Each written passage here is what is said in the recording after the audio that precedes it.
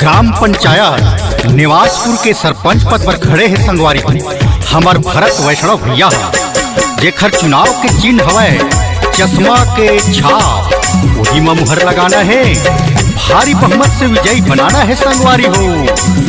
तो झंड भुलाहू सुरता राखे रहू, हमार भरत भैया ला ही विजयी बनाना है, चश्मा के छाप में मुहर लगाना है। आसो सरपंच बरका भैया भरत भाई जिताना है, चश्मा छापे में वो दीदी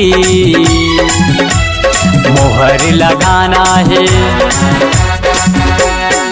कतो भगाही गाँव गली घर माँ, कतो रिधाही रेंगत डहर माँ, ककरो बाते में बिल्कुल नहीं आना है, नहीं आना है। विकास का